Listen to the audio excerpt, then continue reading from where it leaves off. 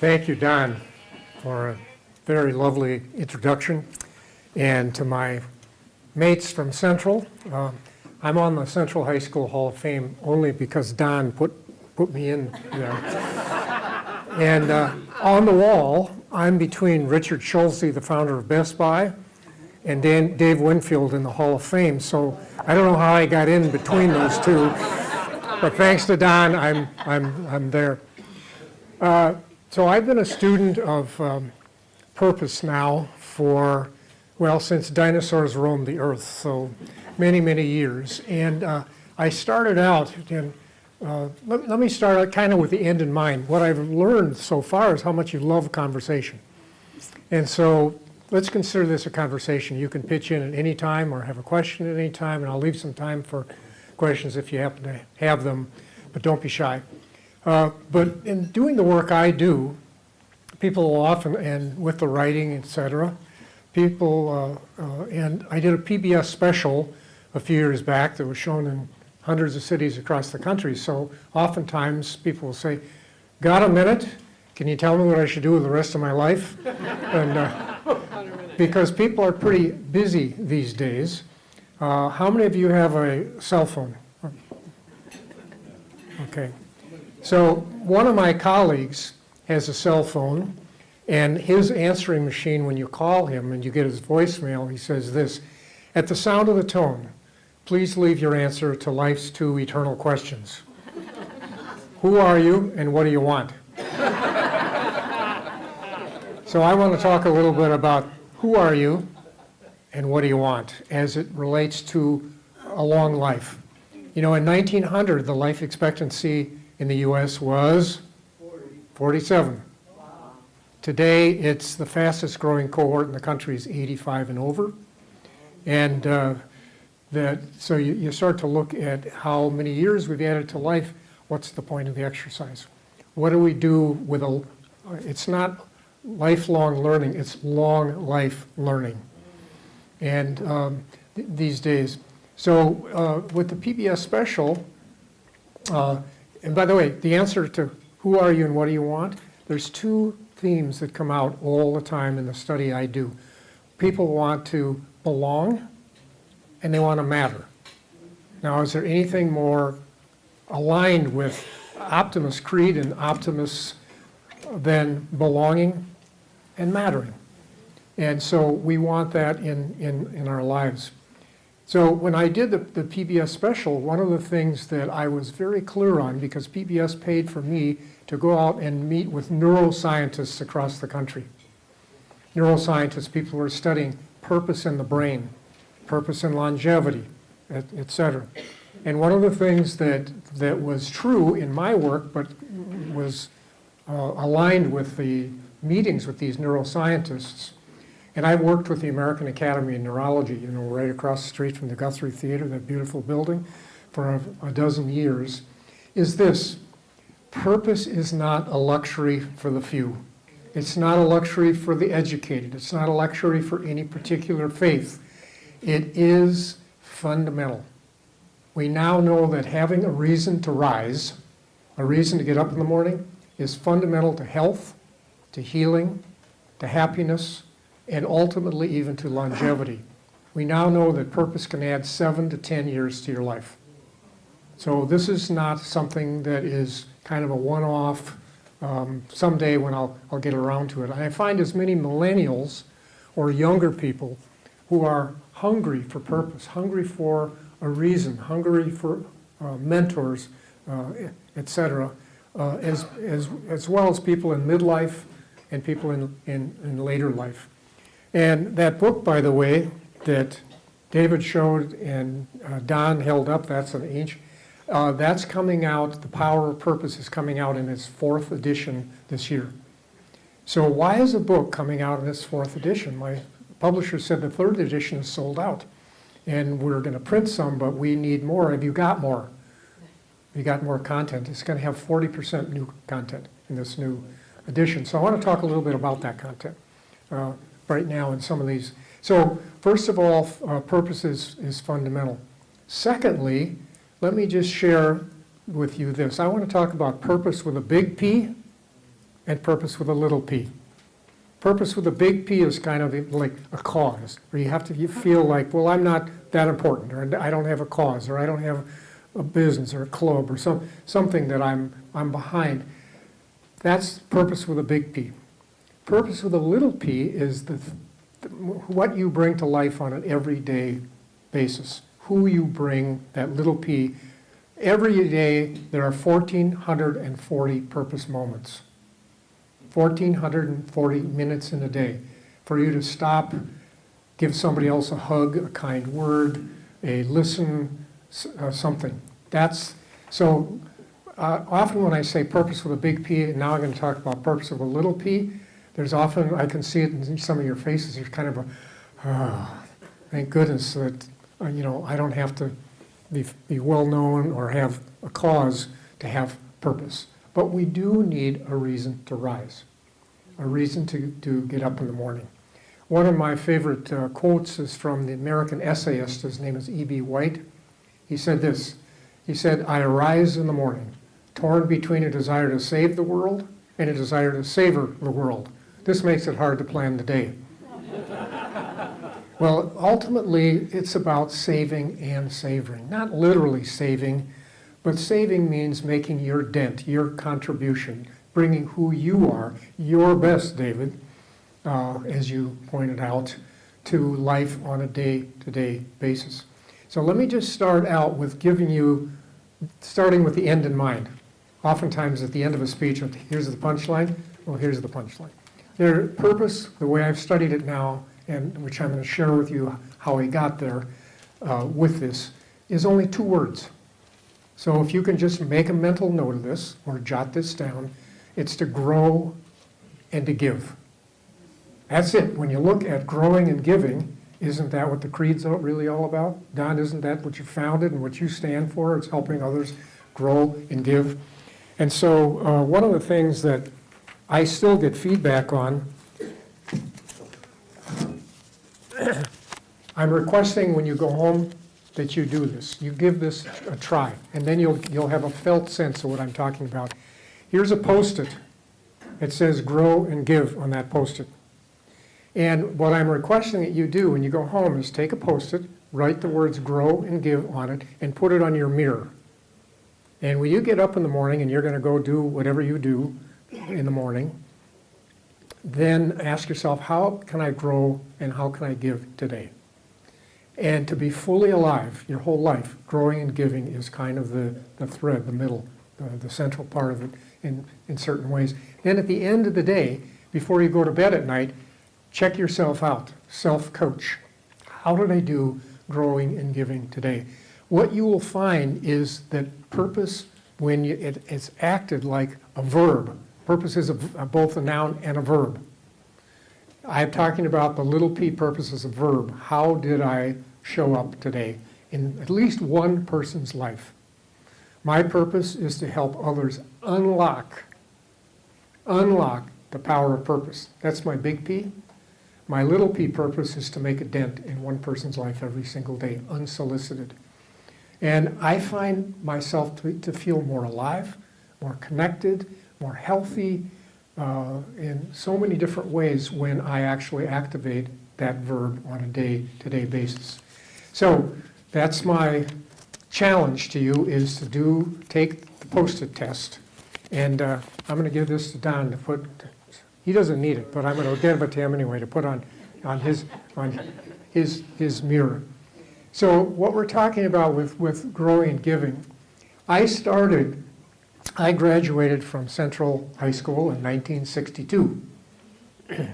And I'm here with some fellow Gusties I just learned, Gustavus people, and I graduated from Gustavus in 66. But going backwards, after I graduated from college with a background in counseling psychology and certifications in counseling, trying to figure out what to do with the rest of my life, I saw on the bulletin board near the school that I was going to in Colorado that one of the people I'd studied rather, was giving a workshop in San Diego. And I was in the Denver area. And just a newly minted graduate trying to figure out, you think if you got a degree in psychology and then counseling psychology and all of that, you'd have this figured out. It's often about others. And so, you're still, and so this person who I then studied with and became a mentor was a man named Viktor Frankl. How many of you have heard of Viktor Frankl? Look at that. Look around. Not every hand, but almost every hand. Viktor Frankl, I spent a week with him, and you could hear a pin drop for every single day. If you don't know Frankl or you want a reminder about Frankl, Viktor Frankl was a Viennese Jewish neurologist, psychiatrist who founded something called logotherapy, meaning therapy. He said that we need a meaning, a will to live. At the height of his work training other physicians in Vienna, Austria, he was taken by the Nazis, as was his family, his parents, his pregnant wife Tilly, his siblings, boxcar, Auschwitz. He survived after a little over 3 years. His family didn't. They all died.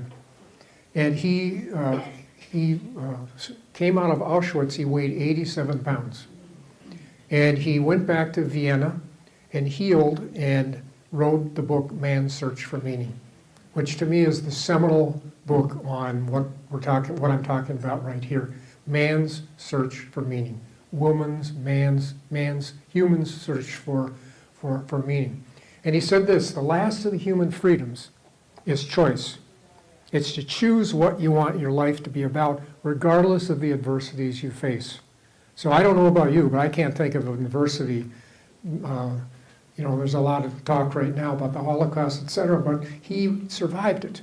And he said he would get up during the Holocaust and give somebody else hope, a kind word, a crust of bread, a slurp of soup, a hug, something that gave them the will to face another day. And he said that people who had a reason to rise tended to do better. They didn't all survive, don't get me wrong, but they had the will to live.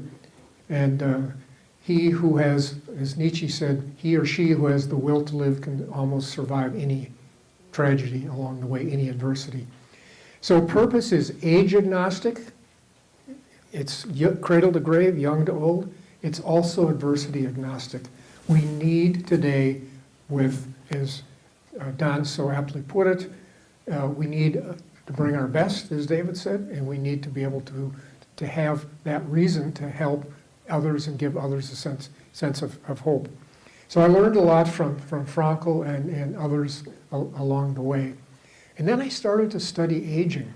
Now I grew up at St. Paul, not too far from St. Paul Central. My dad worked downtown St. Paul. I used to take the streetcar down Randolph Avenue and write my papers at the library, the only one I could find at the time in downtown St. Paul. And I started to really get interested in aging because my father, who retired right on time at 65, it used to be right on time. Today, I think you've got a copy of my latest book over here, but my latest book is Who Do You Want to Be When You Grow Old? The Path of Purposeful Aging. Who do you want to be when you grow old? The path. What have we learned about aging? So I'll talk a little bit more about that. My father died 2 years after retiring. Bernie knew him. Bernie knew my dad. And so being a homeboy, a local boy here, a lot of people still remember him, or some, etc. But I said, why did he die? He had enough resources. He seemed pretty healthy. But then quite a number of his friends died. And I started to really look at something called the executive death syndrome. Why do so many people die? If they don't physically die, they die psychologically when they retire. When they don't have a reason to get up in the morning any longer, they might have lost their identity, they might have lost their friends, they might have lost their reason to do what they do. They're giving their as you did in the creed, your time and your talents, etc. We need to keep looking at that throughout our lives. And so I started to, I got a Bush Fellowship, Bush Fellowships, local This is not George Bush, this is Archibald Bush, the founder, one of the early founders of 3M. And I got a Bush Fellowship to study the second half of life. I got really interested in it. And there were no places to go. There was no program like there are now that is doing really good science, good study, except the one place that I apprenticed myself to for a year. It's called the Harvard Study of Adult Development. It's been in existence for 80-some years. It's still in existence now, talking about the good life. What is the good life, and how do people live the good life from cradle to grave, and things like that. And I came back from that Bush Fellowship, and I decided that I needed to practice what I preach and hang out my own shingle as a counselor. I was, at the time, one of the top 3 HR people at what is now U.S. Bank. It was First Bank at the time. But I had, at the time, something called, they call it now a side hustle. You know what a side hustle is? Side hustle is what you do in addition to your day job. A hobby job is what you call it? Hobby job, okay. So here's my side hustle. So I'm working at the bank. I'm a counselor by passion, a counselor by gifts that I love to give, etc. So my side hustle was called Lunch Hour Limited. You got it? Lunch Hour Limited. Buy me lunch, I coach you. The CEO at the time, his name was George Dixon, did not think this was a cool deal. Because I was at lunch all the time coaching some of the top people in the bank, some of whom left, some of whom stayed, etc. But the side hustle was called Lunch Hour Limited. And all of a sudden, that got picked up by WCCO Radio and Strib, etc. About, it was seemingly weird at the time.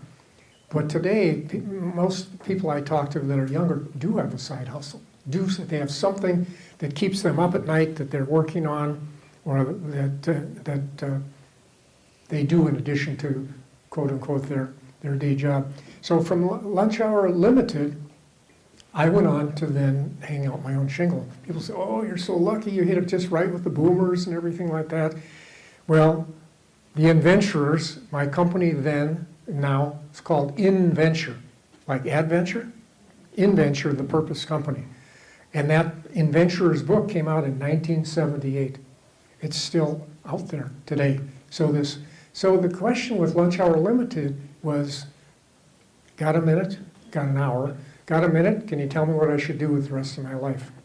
And so I came up with what I consider to be the study of that, and then the recipe for how to fulfill that. So I call it the napkin test. And so before I give you the napkin test, let me give you just a little bit of context, and then I'm going to ask you to do a napkin test. You got a napkin here of some sort? Well, they're cotton though, aren't they? So you probably can't write on these.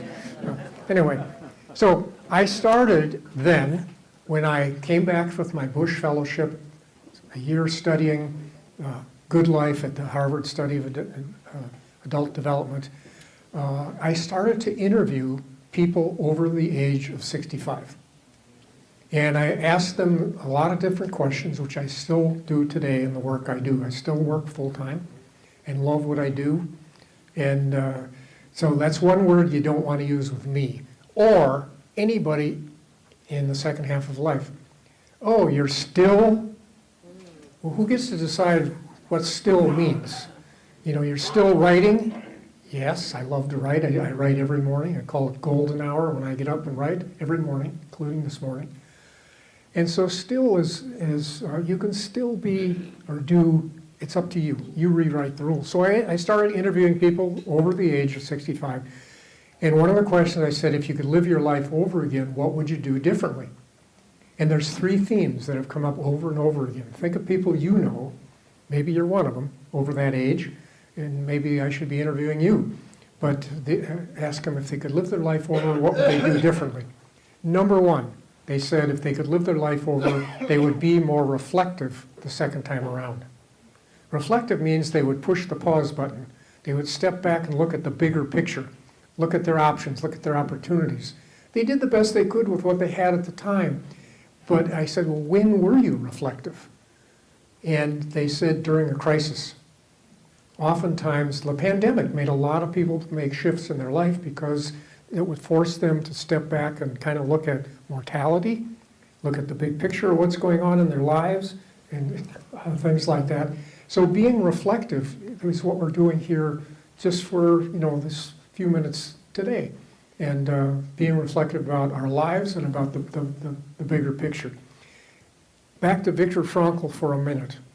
What Frankl taught me was this, in terms of being reflective. He said, don't ask what is your purpose in life. Ask what is life asking of you right now, today. And he actually came after he died, which is about 15 years ago, at the age of 93, after like 30 or 40 honorary doctorates around the world, millions of books sold, and millions of people's lives changed. His book that came out, which you can look at, is called Say Yes to Life. Say yes to life in spite of everything. To me, that's what optimists do. They say yes to life in spite of whatever is going on or along with whatever is going on. Say yes to life in spite of everything. Don't ask what is my purpose. Ask what is life asking of me now, right now, in this moment, in this time in history, as Don was talking about, time for positivity, but it's positivity with purpose. Positivity with purpose meaning making a dent in other people's lives somehow in those 1,440 moments that we have. So being reflective oftentimes is not easy. We live with these cell phones that are hijacking the human moment. My wife and I had dinner the other day out at a restaurant, and the people next to us didn't talk to each other the whole night. I don't know, maybe they planned it that way, but we were actually talking. They were just, thumbs going, texting back and forth. And oftentimes what's happening is that busyness is hijacking the human moment. We want so much to have connectivity, to have somebody listen to us, to have somebody get us in certain ways, and vice versa. And so reflection takes time. So this most recent book, Who Do You Want to Be When You Grow Up? The Path of Purposeful Aging. Let's reflect on that for just a moment, and then I'll come back to the other two things that I learned from but I want you just very quickly with one other person. Obviously, the book title, Who Do You Want to Be When You Grow Up? Or grow old, rather, riffs on the question, which is, what did you want to be when you grew up? So just take 30 seconds, not 2 minutes, 30 seconds, and turn to the person next to you and just say, when I was growing up, when I was at Central High School, when I was a YMCA kid, I wanted to run a camp, which I was on the board of the Y, and I was on the board of the camp, and I, for 30 years, have led walking safaris in Tanzania, which is kind of my camp type thing that I've continued. But what about you? What did you want to be when you grew up? You can just turn to the person next to you and say, I don't have a clue what this guy's talking about, do you? Or I totally get it, and what I wanted to be when I grew up and how that turned out. Just 30 seconds, just a quick reflection check-in with the person next to you. Okay, let's get back together. Thank you, partner.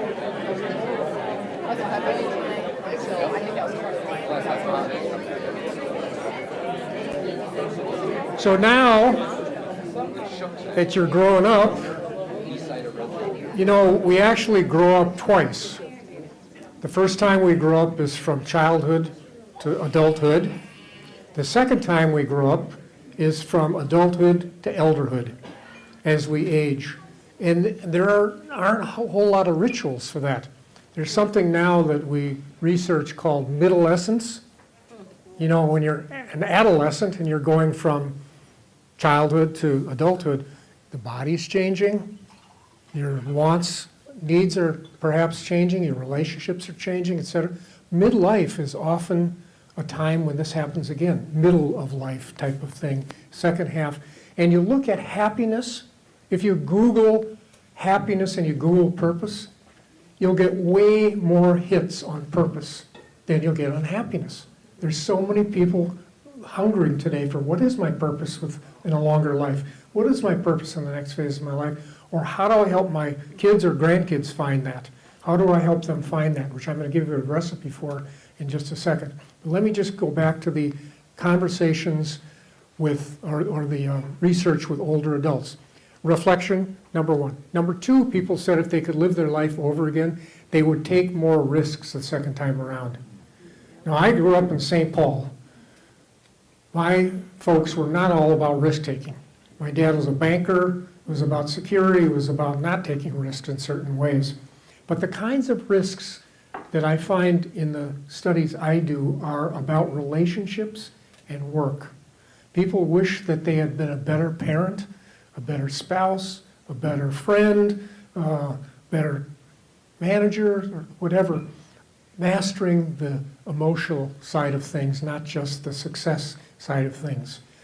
And so as we age, we often, if we're moving from, in that second half, from adulthood to elderhood, it's less about proving yourself and more about improving yourself, growing whole, continue to grow. When you stop growing, you start dying. And you know plenty of people who this happens to. I call it the 3 M's. I gave a talk, by the way, at 3M, and they said it was so cool that I made this up for them. I said, no, it wasn't for them. It's the 3 M's are that when we look at our lives, money, medicine, and meaning. You all know people who have enough money. Medicine is code for health, not just pharmaceuticals. But we know people who have maybe enough resources, enough money, and enough health, but are either bored or not doing so well or depressed or kind of a drag to be with because they're not growing. They're living life looking in the rearview mirror, not the windshield. And there's a reason the windshield is bigger than the rearview mirror, because there's possibilities throughout life in spite of our adversities or our age and things like that. So, and you all know other people who have meaning and perhaps health, but don't have money. And so we need all three. We need meaning as well as money and health to live a full, alive life from cradle to grave. And that's why I keep studying meaning and looking at it from both the science, and the science is very surprising these days. Do you know what telomeres are? Anybody here, any doctors, you know what a telomere is? At the end of your shoelace, if you have a shoelace and you got a little plastic thing, at the end of your shoelace, that little plastic thing, well, at the end of every chromosome in your body, you've got a telomere. I just use that as an example. It's not literally a shoelace, but I mean, it's a... And Dr. Elizabeth Blackburn won the Nobel Prize in medicine for the telomere effect. What she discovered was that when you have purpose, your telomeres grow and you're healthier and live longer. When you don't have purpose, your telomeres shrink and you don't live as long, perhaps, or as healthy a life. She won the Nobel Prize for that. So when I look at, people say, well, is there really evidence for purpose? There's evidence that purpose helps with dementia and Alzheimer's. It doesn't cure it, but it helps lead a quality of life, even with people who have dementia or serious Alzheimer's. When they get up in the morning and they read to a child or walk a dog or water a plant, they do better. Why? Because they've got something to get up for beyond just their own self. We call that the power of purpose. That's what I call it, the power of purpose. And so money, medicine, meaning, all essential. When I get back to, people say, I wish I would have been more courageous about relational connectivity, and that's about purpose. And about work. You know, I don't know what your career, vocation, work life's been. Everybody's an experimental one here. It's hard to predict that. but people wish they spend 60% of your life's time, your most precious currency, your time, working. And so many people got up to, are still today, are getting up to do something they really don't want to do. We can help people with that. It's not always easy, it's not always automatic, but helping people, especially young people and people in midlife and later, to figure out what their gifts are and how to give those gifts and share those gifts. And so courage, second theme, courage, they wish they would have picked work that really aligned, or now in their life aligned with their gifts. Third thing, people said, everyone I've interviewed, and now it's in the thousands, have said they want their life to matter. Mattering matters. And that's full stop. We want our lives to matter. And it doesn't have to be a big thing. It can be a little thing. It can be being, the new term now is mentorn. You heard of the term mentorn? Being a mentor and an intern. It used to be that I wrote a book called Claiming Your Place at the Fire, how elders live, when there's a fire, sit the closest to the fire. Now what people are hungering for is a mentor, someone who's wise, mentor, but also curious. How about you? Are you curious? Curiosity is absolutely fundamental to aging. And I know that I spent some time with Richard Saul Warman. Richard Saul Warman is the founder of TED. You know TED Talks? He's in his late 80s now, and he founded TED based on one word, curiosity. He used to do what he called the ultimate dinner party, where he would invite somebody from technology, entertainment, and design. That's TED, T-E-D. And he would have them at dinner and sit around, and he would pitch in a question and see how and he said, this is so fascinating, we got to get it out to more people. And that's how he founded TED. It's based on curiosity, which is fundamental to aging. So let me give you, as we get close to the end here, let me share with you the napkin test. So mattering matters. How do I know? What's the recipe here?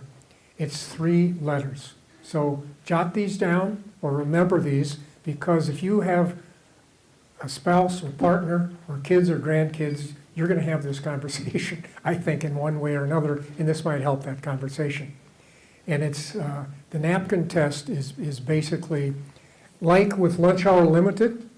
I would give them the napkin test. We only have an hour. I didn't eat because I was so passionate about what I was doing, etc. And I would say, now write this down and on your napkin. G plus P plus V equals C. Gifts, that's the G, plus passions, that's the P, plus values, that's the V, equals calling. And calling is another word for purpose. Calling is a spiritual, vocational word for living with purpose. So people are born with gifts, but they don't always get the manual about what those gifts are. And oftentimes they're well-meaning people steer them into a career, and they wake up in midlife saying, I don't like this. I don't know why I keep doing this. I guess I have to pay the bills, etc. But I said, what do you really love? And what could you do this earlier in life or help others figure out? So gifts have 4 characteristics. This is essential. I developed a tool which you can get on Amazon, but you can get anything that I'm talking about on my website for free. My website is just my name, richardleider.com. You can go there, go into resources, download whatever you want, if you want anything of this for free. So I do mention books because I write every day, and I love writing, and I think it's important to get these ideas down in certain ways. But a gift, so the tool I developed is called calling cards, and it helps people discern what their gifts are. The hunger for that, I have very successful people weep that they never got any guidance on this. and they didn't know how to give their kids guidance on this. So a gift has 4 characteristics. First of all, it's something you love to do. Your hand turns to it naturally. You just love to do it, whether you're paid to do it or not. Secondly, others observe you loving to do it. They'll say, oh, Erica, you're so good at that. Could you help me? Or could you tell me more about that? Or something like that. Third, you can't remember learning it. You don't necessarily have a degree in it, a credential in it, or something like that. You've just been doing it naturally. I've been a listener all my life. I'm an introvert. I love being quiet and listening to people's stories. And so listening is part of one of my gifts. And the fourth thing, so you love doing it. Others observe you loving to do it. Third, you can't remember learning it. I don't know. And if you can't remember learning it, guess how much value you give it? Not much. Because no pain, no gain, no sweat, etc. But I don't know, I just love to do it, and my hand turns to it. And as you look at your spouse, partner, kids in your life, grandkids in your life, and you start to really notice what it is they love to do and what their hand turns to, not what you think will help them be successful, what they are engaged, what really engages them. The fourth thing is they love learning more about it. They love hanging out with other people who have those gifts, or learning, practicing in certain ways. So last thing before I have a few more minutes, but so almost last thing. Can you just turn to that same person you talked to a minute ago and just another 30 seconds and just say, no time to be shy. Just because you don't have a gold medal in it or a certificate in it or a degree in it, but you really love to do it. What is that gift that you give to the world? Grow and give, I talked about. What is it you want to give? And so, what is one gift? Because you have many. But just turn to the person next to you and again say, one of my gifts is that I love doing is blank. So and see how it feels to actually say that out loud. So just go ahead and say it to somebody next to you. Okay, let's get back together.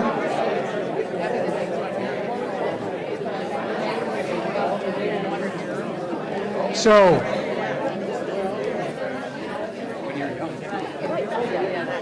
that's the napkin test. That's the recipe. So let me pull it together here just to remind you that what I've tried to get across is that purpose is not a luxury, it's fundamental. It's fundamental to health, to healing, to happiness, and ultimately to longevity. The science is now there.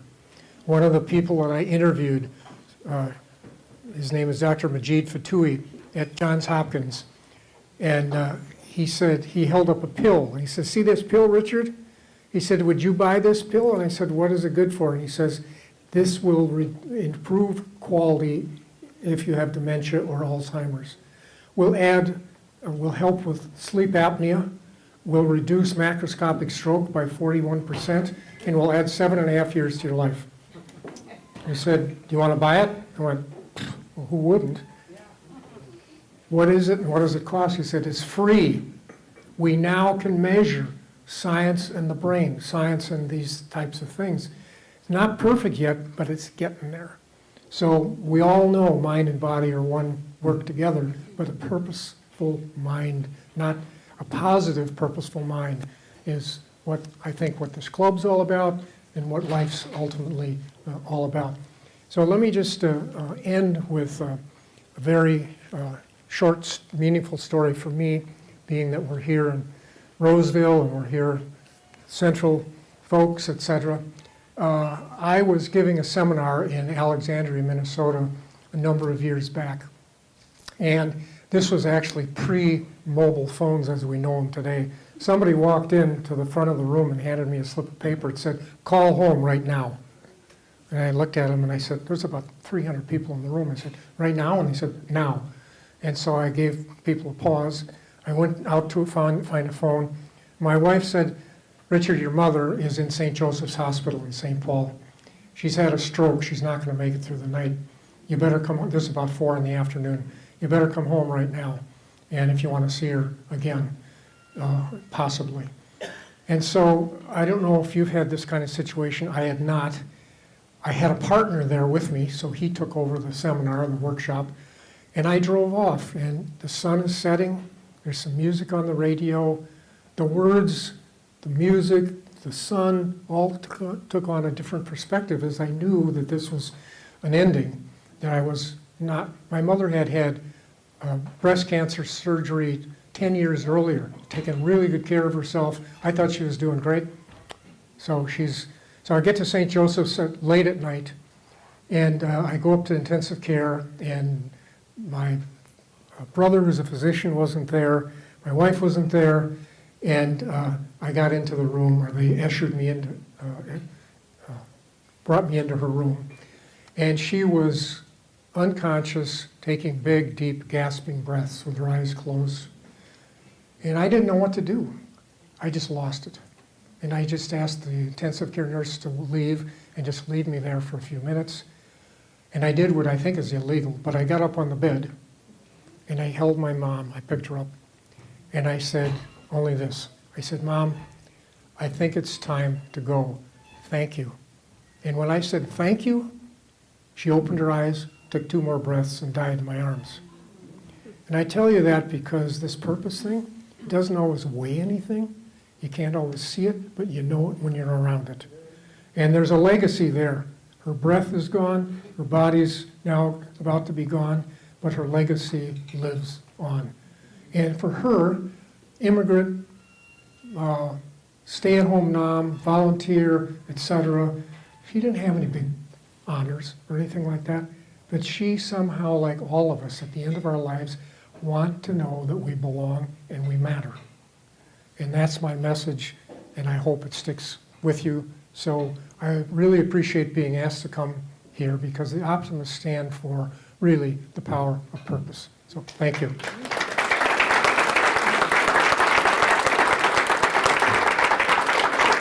Thank you.